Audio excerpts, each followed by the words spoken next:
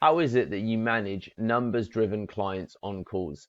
Hi guys, my name is Deepak Shukla, founder at the Pearl Lemon Group. We're a business growth and development agency based in the UK, USA, as well as serving clients worldwide. And here today, in day number 64, we're here to talk about, managing numbers-driven clients on calls. But before we get into it, please do reach out to us if you need any support with your communications, whether internally or with your clients, as well as clicking the link in the description below to get access to 7 additional strategies that are not shared in this training.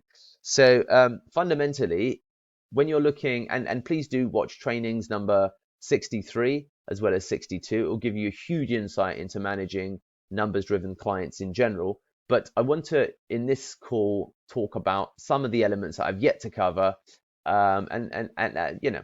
elements that I've yet to cover. So look, the first thing is that there are many numbers, okay? So when I say there are many numbers, there's some numbers even where you're not comfortable with numbers, because some of you will have listened to the last videos and you'll have got completely overwhelmed and said, well, I can't do that. And then I would refer back to, if you've watched 62 and 63, well, everything's about practice. Skill is something that you acquire. Talent you definitely have. So just practice by doing or beginning to do this in the conversations that you have in general. Nothing needs to change about your day. Just try and, for example, add 3 numbers into any conversation that you have.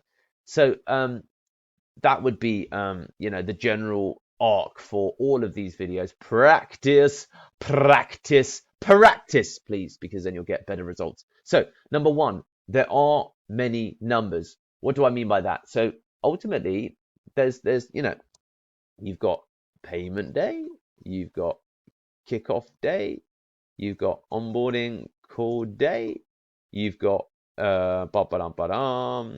first report day. So look, there's 1, 2, 3, 4. You've got already, so for example, payment date was on the 1st. We kicked off on the 7th.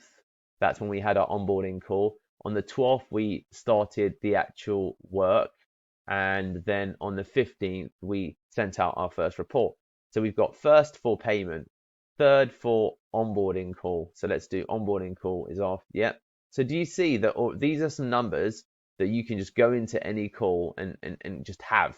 But I would expect you to not be comfortable with numbers, but at least have the ability to ultimately understand these things. And then also you should understand, and I say many numbers, there's many, really it's many statistics. First report date, you'd also want client info dates.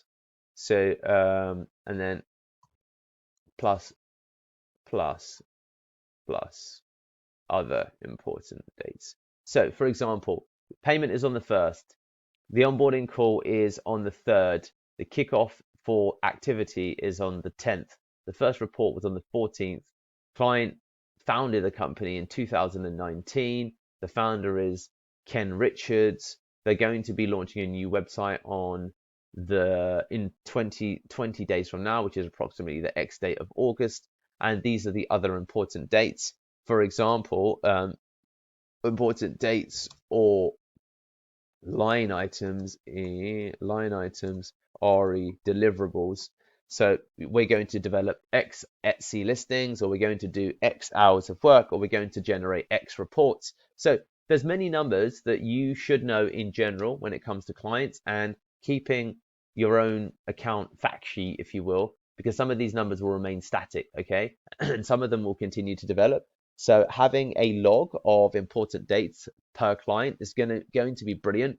Don't try and commit this singularly to memory, because you'll forget.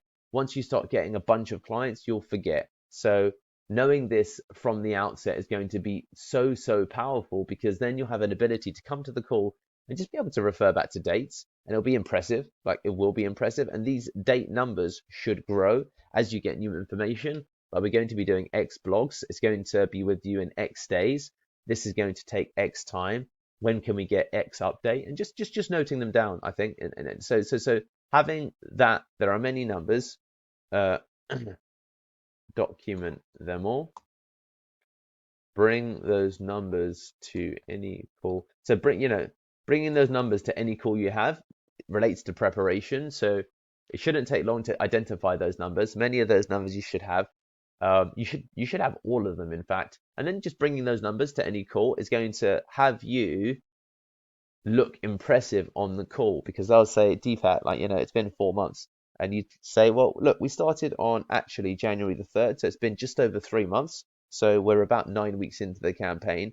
In terms of kickoff, our actual kickoff was 3 weeks after we started. So we've been 9 weeks into the campaign. So we had 6 weeks of activity. In those 6 weeks, we generated X. So do you see, guys, that really can reassure a client who's watching the numbers and who's worried about them? And that means you need to, of course, understand the numbers and be able to communicate them effectively. So this also relates to, just general stuff in general. It's a bit of a life skill if you know or have a handle on how to bring simple numbers together. So I'd absolutely advocate following this kind of process. And then look, let's quickly now deal with where you're not comfortable about numbers. I would say standing the important numbers. So look, if you're uncomfortable with numbers or you feel overwhelmed, I'd say that none of this stuff is complicated. If I'm being honest, it's just about having it in notes and then being able to talk about it. Now, the important numbers really, and identifying the most important numbers, which could be when is payday, and how many results have we delivered? You pay on the 6th, we've already generated 15 leads. The deliverable was 9 leads, so we're 6 above, and we're actually ahead of time. So things like that are critical, okay? That is what you absolutely, at the minimum, should know. And then you'll have the ability to focus back upon that when it comes to the call. If you're so uncomfortable that you can't talk about numbers at all, you probably need some assist and support on the call with somebody who does. Or say, look,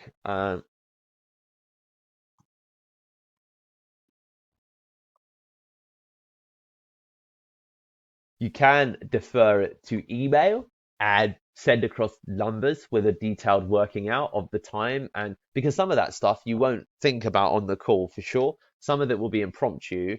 And you might say, in those instances where you think, my mind's gone blank, I don't know the answer to your question, I don't know how to describe or demonstrate the value, just say, look, Frank, I hear what you're saying. Give me 24 hours. I'm going to review my notes and I'll come back to you with a rationale for why the money you're spending is good value for money. And let's follow up once I put that together for you. And it'll be in black and white on email, so you've got some time to review it and digest it and see if we're aligned. How does that sound? So having a line like that is completely fine as well. So I'd say consider that also when it comes to ultimately looking at dealing with numbers driven clients on calls. So there you have it, guys. Please do comment, like, and subscribe if you're enjoying these videos, and I'll catch you in the next one.